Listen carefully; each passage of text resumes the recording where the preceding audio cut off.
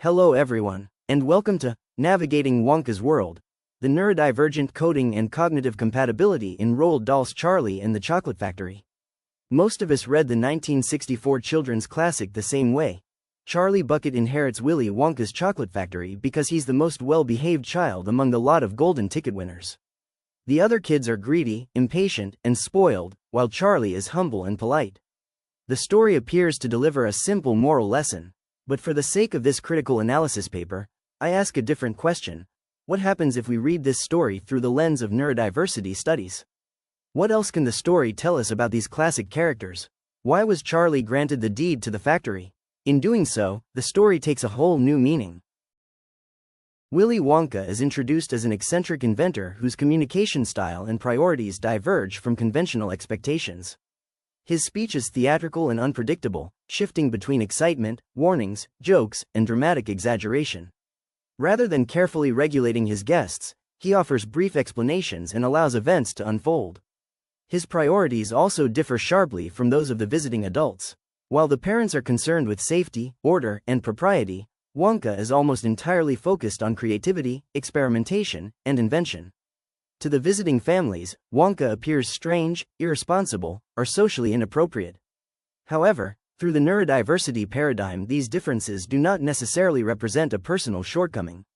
Instead, they can be understood as a distinct cognitive style, a different way of engaging with the world.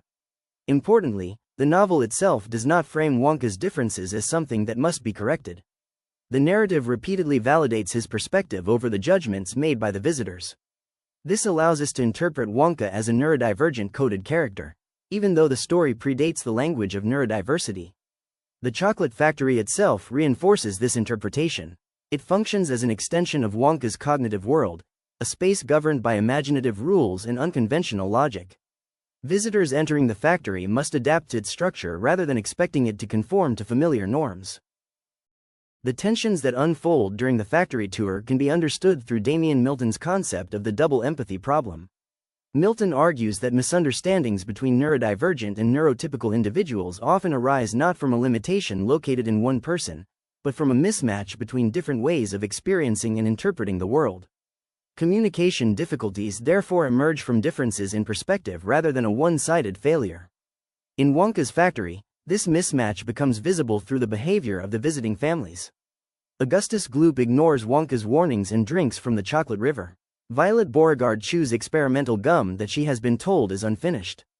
Veruca Salt attempts to claim one of Wonka's trained squirrels as her personal possession. Mike TV rushes toward a dangerous invention without considering the consequences. In each case, the children assume that the environment should accommodate their expectations.